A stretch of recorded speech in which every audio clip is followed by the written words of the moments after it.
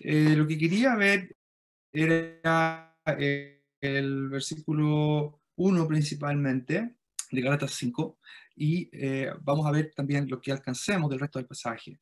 En la reunión pasada estábamos viendo cómo el apóstol Pablo está muy preocupado, más que preocupado realmente, en una carta que deja entrever su molestia mezclada con preocupación, porque los hermanos de Galacia han sido perturbados, en las palabras que el apóstol Pablo ocupa, han sido perturbados por un mensaje que el apóstol Pablo llama un mensaje diferente. ¿Estoy conectado todavía? Okay. Ahí sí. Quizás pueda.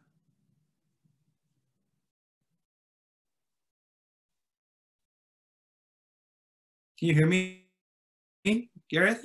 Yep. Okay. Yep, I can still hear you. For a moment, I thought, can you see my screen? I'm not sharing anymore, I think. I cannot see your screen. Okay, I'm not sharing anymore. Okay. Gálatas, entonces, capítulo 5:1, Pablo dice: estad pues firmes en la libertad en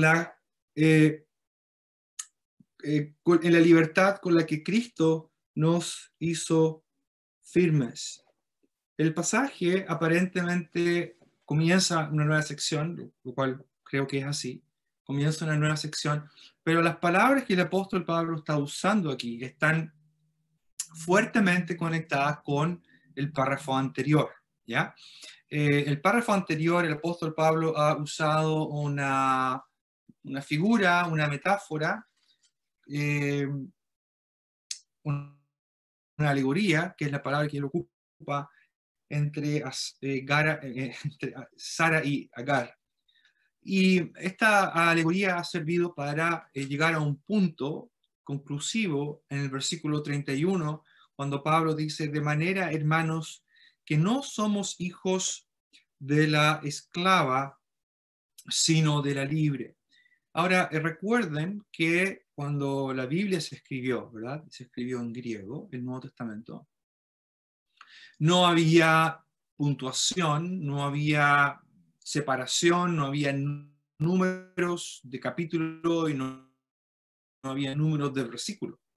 Esto se escribía como una carta del primer siglo en la cultura greco-romana, y el griego se escribía todo junto, todo junto, para poder aprovechar al máximo la superficie que se estaba utilizando. Muchas veces era un cuero o un papiro. Y la puntuación se agregó después para que fuera un poco más ordenado, un poco más organizado, un poco más sistemático. Y eso es muy útil, pero a veces hace que se pierda un poco la fuerza del argumento que el apóstol Pablo está usando. De tal manera que el versículo 31 y el versículo 1 están muy, como decía recién, muy fuertemente conectados. Y de hecho, el texto griego, y eso es lo que les iba a mostrar, la manera en que está organizado es totalmente diferente a como lo que nosotros tenemos. Nosotros leemos así: estad pues firmes en la libertad con que Cristo nos hizo libres, y no estéis otra vez sujetos al yugo de esclavitud. El texto griego, sin embargo, lee algo así. El versículo 31, donde dice que no somos hijos de la esclava, sino hijos de la libre, el texto griego dice algo así: por tanto, hermanos, no somos de la esclava hijos, más bien de la libre. De la libre. A libertad Cristo nos libró. O para libertad Cristo nos libró. Estad firmes, por tanto, o estad firmes, pues, también, estad firmes, por tanto, y no otra vez bajo el yugo de esclavitud pónganse. Esa es una traducción literal, al menos lo más literal posible en cuanto al orden de las palabras.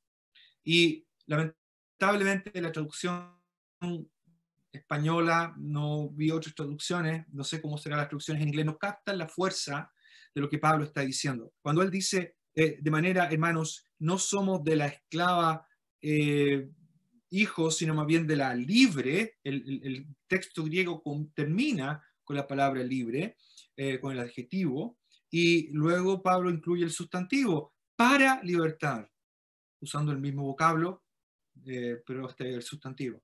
Para libertad, Cristo nos liberó. Lo que estoy tratando de decir aquí, hermanos, es que para el apóstol Pablo, el argumento de la libertad a la cual los creyentes hemos sido llamados es fundamental. Podríamos decir perfectamente que es una doctrina fundamental. Es una doctrina que poco se enseña, ¿verdad? Poco escucho yo, al menos, de lo que es la libertad en Cristo. No sé por qué, pero se escucha poco, al menos yo escucho poco de lo que es la libertad en Cristo. Y tenemos una carta completa, como es esta carta a los Gálatas, donde el principal enfoque es tratar este tema. Hay otros pasajes del Nuevo Testamento, hay otras cartas de Pablo, como los Colosenses, donde se ve también un problema por falsa doctrina también, que se ha introducido y que está afectando la libertad de los creyentes. Aquí en este caso, el apóstol Pablo está fuertemente exhortando a los creyentes a mantenerse firmes. Nuestro hermano James nos hablaba y leía en Efesios, ¿verdad?, donde Pablo habla también de estar firmes. Y los creyentes somos llamados a estar firmes. Y aquí hay algo a lo cual el creyente es llamado a estar firme y en no caer y no someterse, no estar sujeto otra vez al yugo de esclavitud. Hay algo interesante aquí. En la cultura del primer siglo y en la religión judía del primer siglo, porque hay que entender que la religión judía del primer siglo tenía algunas diferencias, y no podemos comparar a un religioso del primer siglo con alguien como el rey Josafat, como se nos ha escuchado, hemos escuchado, u otros creyentes del Antiguo Testamento. La tradición judía había desarrollado muchas ideas hacia este tiempo, que hacían de la religión judía un sistema religioso muy complejo.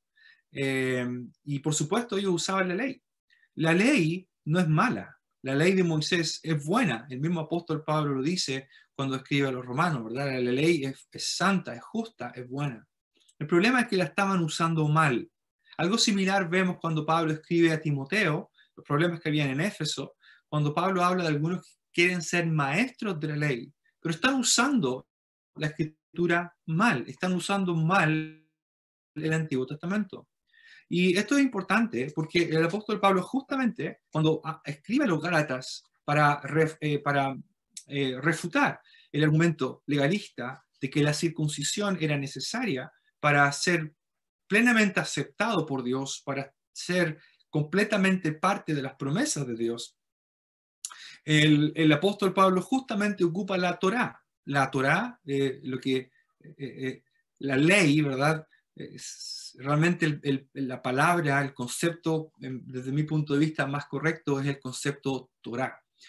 Torá es lo que básicamente incluye los 5 primeros libros de la Biblia, el Pentateuco, de Génesis a Deuteronomio. Esa es la Torá, que a veces se le llama la ley. Pero Torá no significa ley, Torá no significa ley.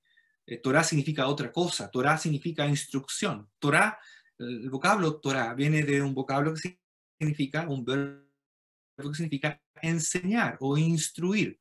De ahí que el significado más probable para el concepto Torá es instrucción. Y la instrucción, la Torá, es buena, no es mala de por sí. Lo que es malo es cuando se ocupa con una razón malvada, con una razón egoísta, como lo que estaba sucediendo con los Gálatas. Claramente, los que estaban enseñando esta doctrina, falsa doctrina, este otro evangelio, estaban ocupando la Torá. Pablo ocupa la Torá para refutar esa idea. En el capítulo 3, versículo 6 al 18, él habla usando la Torá, ¿verdad? Abraham creyó a Dios y le fue contado por justicia. Está citando Génesis. Luego en el capítulo 4, del 8 en adelante, perdón, del 21 en adelante, cuando habla de la alegoría, claramente está citando la Torá, claramente está citando Génesis, está citando la historia de Sara y Agar. El problema entonces no es la Torá de por sí. Ese no es el problema. El Antiguo Testamento necesita ser estudiado con urgencia. El Antiguo Testamento muchas veces ha sido más bien postergado, pero me alegro que hoy día casi todos los mensajes han estado en el Antiguo Testamento, ¿verdad? El profeta Habacuc, nuestro hermano Craig fue al libro de Eclesiastés, nuestro hermano James estaba yendo también al Antiguo Testamento para hablar del rey Josafat. Y entonces, eso es bueno, pero estos falsos maestros estaban diciendo, tienen que circuncidarse, tienen que aplicar esto para que realmente puedan estar completos. Pablo, por supuesto, refuta esa idea. Y pensar en hacer algo así, pensar en querer circuncidarse, pensar en querer guardar otras cosas como lo que hemos visto en la reunión pasada, la comida o las fiestas especiales, querer volver a ese sistema es volver a un sistema de esclavitud. En el versículo 2, Pablo es muy enfático cuando dice, he aquí yo, Pablo, os digo que si os circuncidáis, el verbo circuncidar aquí probablemente sugiere una acción, probablemente sea voz pasiva, podríamos leerlo así. He aquí yo, Pablo, digo que si os dejáis circuncidar, esa es probablemente la idea, de nada os aprovechará Cristo. Y esto es lo que decía la reunión pasada, el peligro y la maldad de esta enseñanza es que pone al Señor, ¿verdad? Pone al Señor como insuficiente. Pone al Señor como insuficiente. Pone al Espíritu Santo como insuficiente. Es decir, es necesario circuncidarse, es necesario hacer otras cosas para poder tener un mejor estatus delante de Dios. Pablo dice que si alguien quiere hacer eso, realmente de Cristo no le aprovechará de nada. La palabra aprovechar, el verbo aprovechar aquí tiene idea de ganancia, ¿verdad? No hay ninguna ganancia. En el versículo 3 dice, otra vez testifico a todo hombre que se circuncida que está obligado a guardar toda la ley. Si alguien quiere guardar, si alguien quiere circuncidarse porque piensa que por circuncidarse va a mejorar su estatus espiritual. Pablo dice, si alguien quiere hacer eso con ese objetivo, entonces está obligado a guardar toda la ley. Aún peor, en el versículo 4 dice, de Cristo os desligasteis, los que por la ley os justificáis, de la gracia habéis caído. Es terrible cuando alguien que es creyente piensa que puede ser mejor creyente por hacer ciertas cosas, que pueden ser muy buenas, que pueden ser muy respetables, que pueden ser dignas de reconocimiento, como decía nuestro hermano James, que era uno de los peligros de la externalización de la religión, ¿verdad? El querer pretender ser algo que realmente uno no es. Pero el apóstol Pablo ocupa un lenguaje tremendamente fuerte, ocupa un lenguaje muy, muy potente cuando dice, de Cristo os desligasteis, los que por la ley os justificáis. Probablemente no esté apuntando a un hecho que ya ocurrió, probablemente la manera en que los verbos están conjugados tienen un propósito retórico. Es como si alguien dijera, mira, si te comes esa comida envenenada, eres un hombre muerto, ¿verdad? Esa es un poco la idea. No se ha muerto, no lo ha comido, pero si insiste en hacerlo, se va a morir. Algo así es similar, algo similar a lo que probablemente, algo similar a lo que Pablo tiene en mente aquí, probablemente para exhortar a los creyentes. El vocablo de ligarse es un vocablo muy fuerte también. De hecho, es en la misma expresión, el mismo verbo que Pablo ocupa a los romanos en el capítulo 7 y en el versículo 2, cuando habla de una esposa, porque cuando el esposo muere, ella queda libre. Dice el versículo 2, porque la mujer casada está sujeta por la ley al marido mientras que éste vive, pero si el marido muere, ella queda libre de la ley del marido. Esa expresión queda libre es el mismo verbo griego que Pablo ocupa aquí del ligarse, separarse. Esta es la gravedad de la falsa enseñanza que Pablo está rebatiendo a través de esta carta. En cambio, Pablo dice, pues nosotros, noten cómo él cambia a primera persona y él se incluye, nosotros por el Espíritu aguardamos por la fe la esperanza de la justicia. Es decir, nuestra condición de ser salvos, nuestra condición o nuestra esperanza de recibir de parte de Dios la recompensa y todo lo que implica, ¿verdad?, la salvación, está basada en la fe. Pero nosotros por el Espíritu aguardamos por la fe la esperanza de la justicia. En el versículo 6 dice, porque en Cristo Jesús ni la circuncisión vale algo, ni la incircuncisión, sino la fe que obra por el amor. Pablo no está negando que la circuncisión de por sí sea mala. De hecho, él circuncidó a Timoteo y no circuncidó a Tito, pero él circuncidó a Timoteo. Pablo no tenía problema en esto. Él no tenía problema en tener que hacer algo si es que era necesario hacerlo. En el libro de Hechos de los Apóstoles se habla de cómo él fue para una fiesta judía, ¿verdad? Y él fue y pagó los votos incluso de los otros creyentes también. Pablo no condena. Él no está condenando la circuncisión per se. Ese no es el problema. El problema es cuando alguien piensa que por circuncidarse es un mejor cristiano o tiene una mejor posición delante de Dios. Ese es el problema. Y además quiere que otros lo hagan. Cuando alguien obliga a otro que haga lo mismo, eso también es tremendamente serio. El apóstol Pablo, entonces, estoy yendo un poco rápido porque el tiempo pasa rápido, pero para tener una idea de lo que él está diciendo aquí, en el versículo 7 dice, vosotros corríais bien. ¿Quién os estorbó para no obedecer a la verdad? La expresión la verdad aquí es importante. Ya hemos hablado de esto. ¿Qué tiene Pablo en mente cuando habla de la verdad? Número 1. Número 2 dice, vosotros corríais bien, estaban yendo bien, estaban corriendo bien. Típica figura del apóstol Pablo cuando habla de la vida cristiana, ¿verdad? Cuando él escribe a Pablo, él escribe a Timoteo, pronto ya a partir dice, he corrido la carrera, he acabado la buena batalla. He acabado la carrera. En 1 Corintios 9 también habla de la carrera y de no ser descalificado, ¿verdad? Pablo habla aquí, dice, vosotros corríais bien, pero alguien les estorbó. La palabra estorbar aparece, por ejemplo, en Romanos, cuando Pablo habla de que era querido ir a visitarles, pero Satanás le ha estorbado.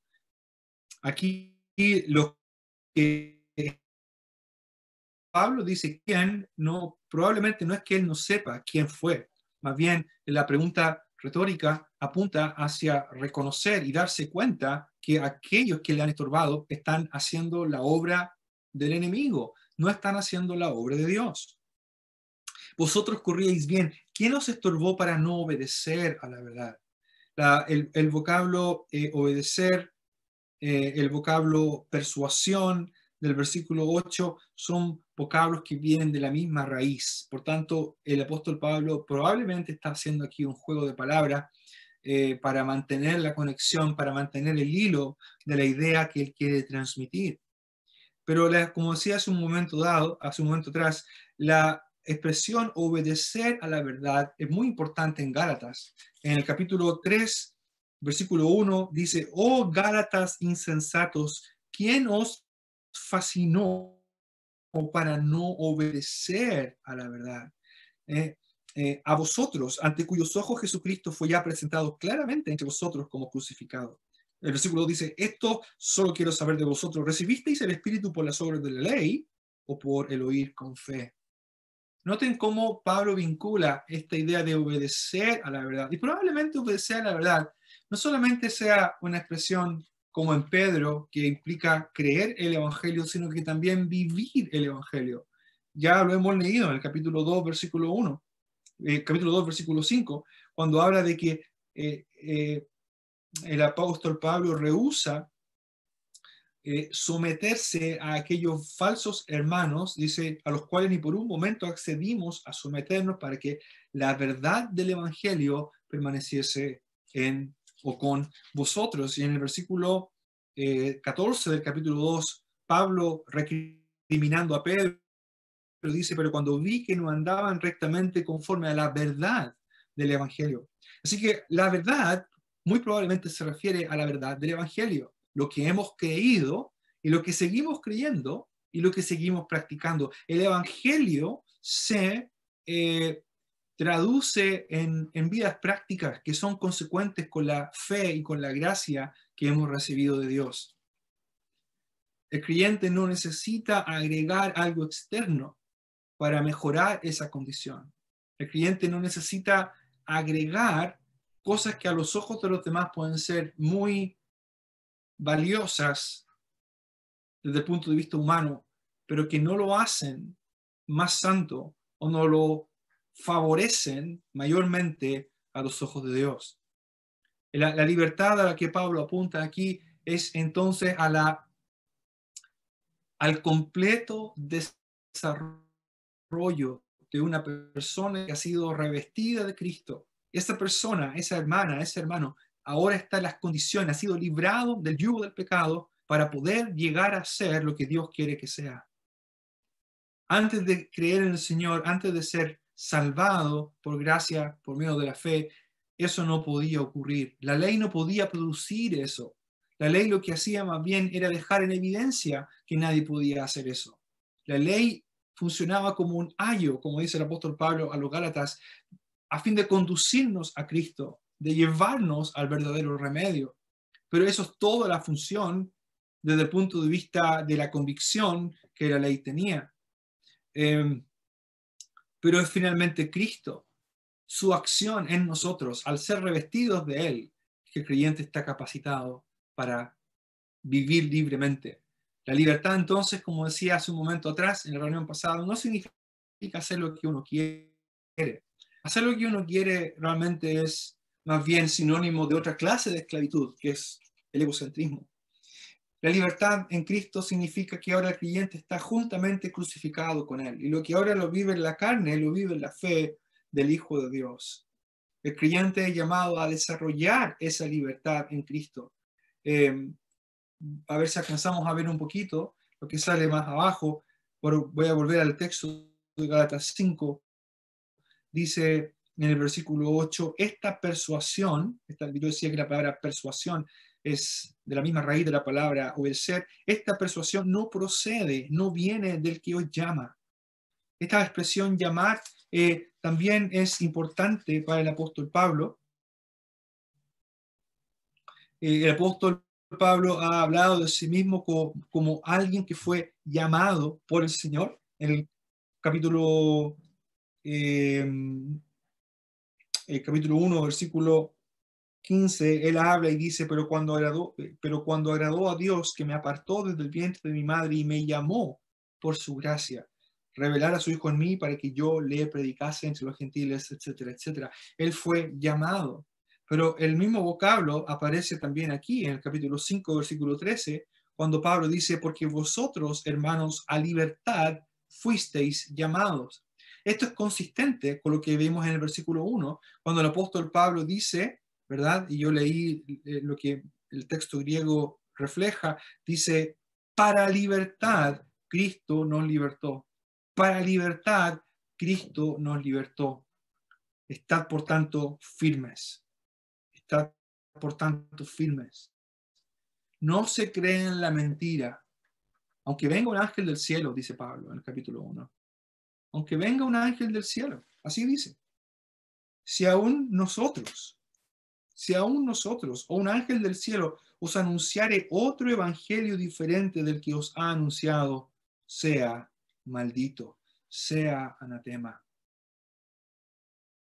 El apóstol Pablo entonces les recuerda a los creyentes que ellos corrían bien, pero que ahora han sido estorbados. Esta clase de persuasión, esta clase de acción no viene de aquel que los llamó, aquel que los llamó, que Dios los llamó para libertad. Un poco de levadura le da toda la masa. Me apuro un poquito. En el versículo 11 dice, y yo, hermano, si aún predico la circuncisión, ¿por qué padezco persecución todavía? En tal caso se ha quitado el tropiezo de la cruz. Esta era una de las cosas que aparentemente guiaba a los judíos a predicar esta clase de evangelio. Era un evangelio fácil, era un evangelio que significaba no meterse en problemas con los otros judíos. Pablo habla de esto en el capítulo 6, dice en el versículo 12, todos los que quieren agradar en la carne, estos os obligan a que os circuncidéis solamente para no padecer persecución a causa de la cruz de Cristo. Porque ni aun los mismos que se circuncidan guardan la ley, pero quieren que vosotros os circuncidéis para gloriarse en vuestra carne. Luego Pablo continúa, lejos esté de mí gloriarme, sino en la cruz de nuestro Señor Jesucristo, porque en el mundo me he crucificado a mí y yo al mundo. Porque en Cristo Jesús ni la circuncisión vale nada, ni la incircuncisión, sino una nueva creación. Esto es lo que los judaizantes no entendían, hayan sido creyentes o no. A mí me da la impresión de que eran creyentes, pero esto es lo que todavía no lograban entender. La iglesia es una nueva creación, donde el creyente está completo por Cristo y en Cristo, donde es llamado a vivir en una gloriosa libertad, una libertad que es guiada por el Espíritu. No es una libertad guiada por la carne. Si esa libertad es guiada por la carne, entonces esa persona vuelve a ser esclava de sus propias concupiscencias. Pero si la libertad que el creyente aprende a vivir, porque no es algo que uno aprende a vivir después de un mensaje de 30 minutos, la libertad en Cristo se cultiva. La libertad en Cristo se trabaja día a día. Y por eso Pablo más abajo va a hablar, dice, andad en el Espíritu y no satisfaréis, probablemente el tiempo ahí indica futuro, subjuntivo, o un subjuntivo, y no andad en el Espíritu y como resultado no satisfaréis los deseos de la carne, porque el deseo de la carne es contra el Espíritu y el Espíritu es contra la carne y estos se oponen entre sí. Esta es la batalla del creyente, como hemos escuchado de nuestro hermano. Constantemente estando en una constante tensión, ¿verdad? Entre hacer lo que el Espíritu nos guía a hacer y lo que la carne batalla también por hacer. Bueno, el apóstol Pablo entonces ha dicho que la circuncisión finalmente tiene una especie de doble agenda. Aquellos que la predican es una especie de salvoconducto para evitar sufrimiento. Pablo dice, si yo predico eso, si yo predico ese mensaje, entonces ¿por qué estoy sufriendo? Claramente desmarcándose de ese mensaje. El versículo 12 dice, ojalá se mutilasen los que os perturban. Es una expresión muy fuerte. Ojalá se castraran, eso es lo que está diciendo. Ojalá se castraran aquellos que os perturban. Y luego dice en 13, porque vosotros, hermanos, a libertad fuisteis llamados. Solamente que no uséis la libertad como ocasión para la carne, sino servíos por amor los unos a los otros. La libertad en Cristo promueve el servicio a los demás, promueve hacer lo que es bueno.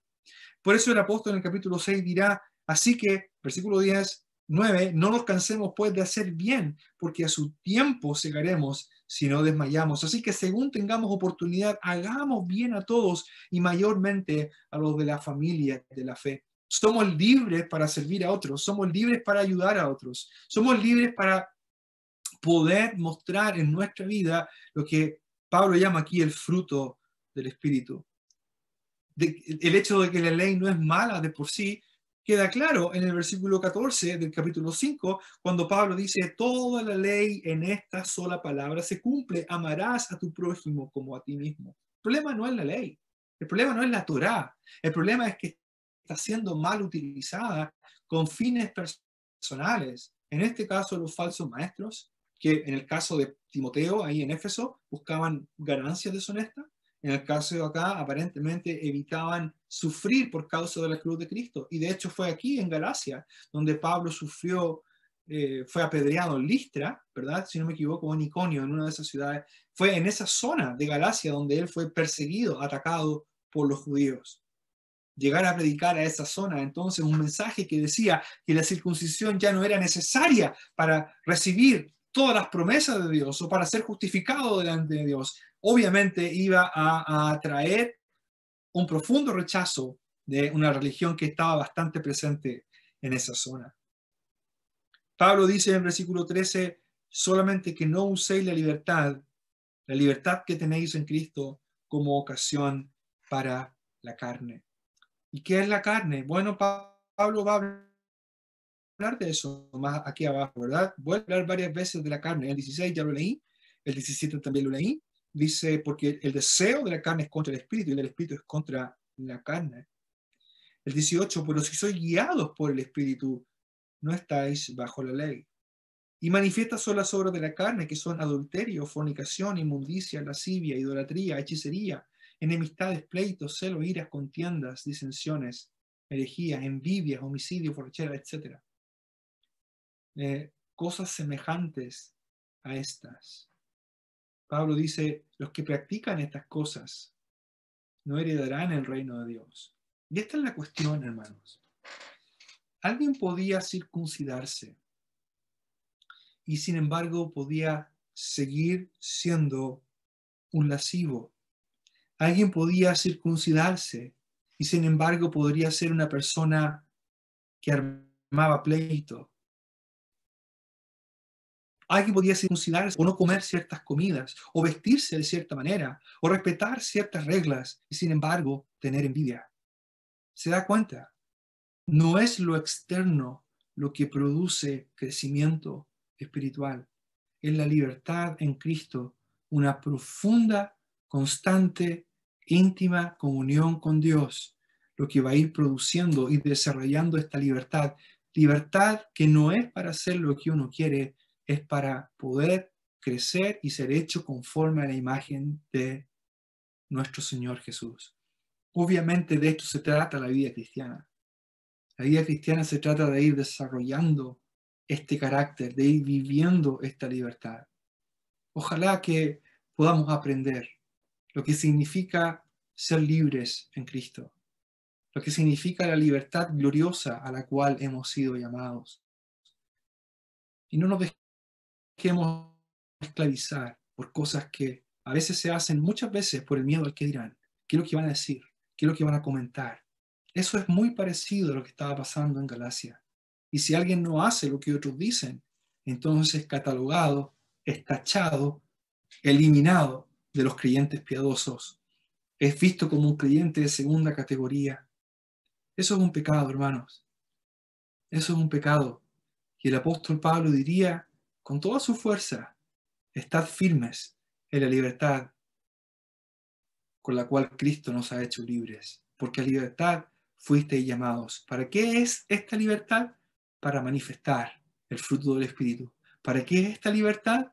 Para servir a otros por amor. Amarás a tu prójimo como a ti mismo. ¿Cómo es posible esta libertad? Porque hemos sido revestidos de Cristo. ¿Cuáles son las restricciones de mi libertad? Las mismas restricciones que el apóstol Pablo tenía cuando dice, con Cristo estoy juntamente crucificado. Ya no vivo yo, mas vive Cristo en mí. Y lo que ahora vivo en la carne, lo vivo en la fe del Hijo de Dios, el cual me amó y se entregó a sí mismo por mí. Señor, bendiga su palabra y bendiga a todos los hermanos y a las hermanas detrás de esa cámara que me está mirando. Señor, le guarde y le bendiga.